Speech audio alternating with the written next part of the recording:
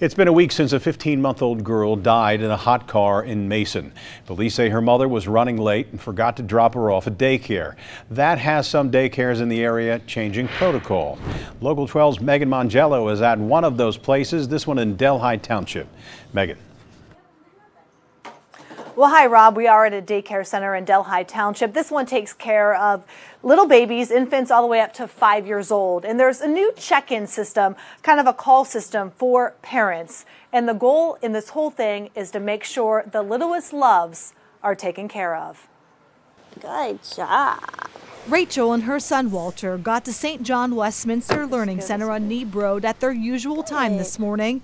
But if Walter hadn't arrived within an hour of their typical drop-off time, a staff member would have called to make sure Walter was safe.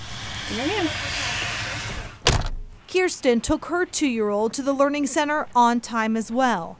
Both moms signed this form to be part of a new program called Not Another Child Lost. If calling parents after an hour of their child not being at normal time could save a kid's life, then I'm all for it. St. John director Candace Roal says no parent wants to think it could happen to them.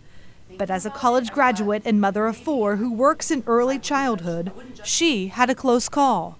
I was getting out of the car, me and my 4-year-old, and we hopped out and we started to walk into the house, and he looked at me and said, "Mom, are you going to get the baby?" And it dawned on me in that moment that I had left my child in the car. It only was a couple seconds, thankfully, but it could have been so much worse. Candace says her baby is now 10 years old, but all these years later, it still haunts her. My son, Malachi, Cheyenne, Trinity, and Lana, this is the baby. I look at my child every day and I think that could have been her. I could have lost my child.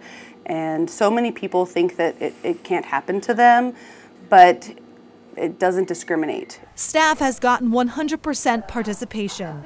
Every St. John's parent has signed the form that says yes, please call so the unthinkable doesn't happen to them.